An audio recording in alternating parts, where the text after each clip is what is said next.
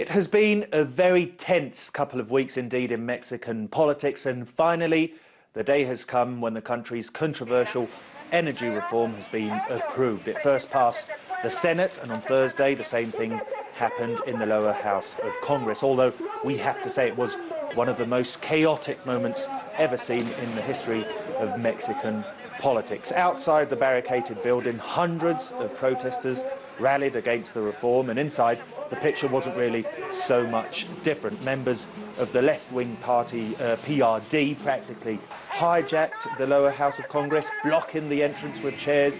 Therefore, the vote had to take place in a different room. To give our viewers an idea of the atmosphere, well, we saw politicians taking their clothes off, we saw fights and insults, we even saw a politician that had to disguise as a policeman to get into the building and be able to vote. Now the PRD and the Morena movement, both left-wing movements, have called for a massive rally on Sunday. Regarding the content of the reform, well, it basically means that the government is now allowed to give private companies contracts and licenses to explore and drill the oil and gas in Mexico, deals that until now, well, obviously were prohibited under Mexico's constitution. The reform also affects unions that will no longer have a deciding role in Pemex, Mexico's national oil company.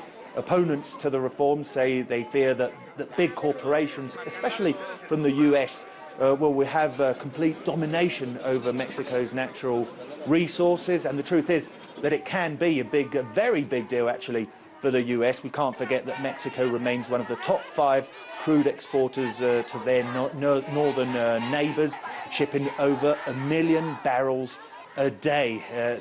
This energy reform also modifies 3 points of the Mexican constitution.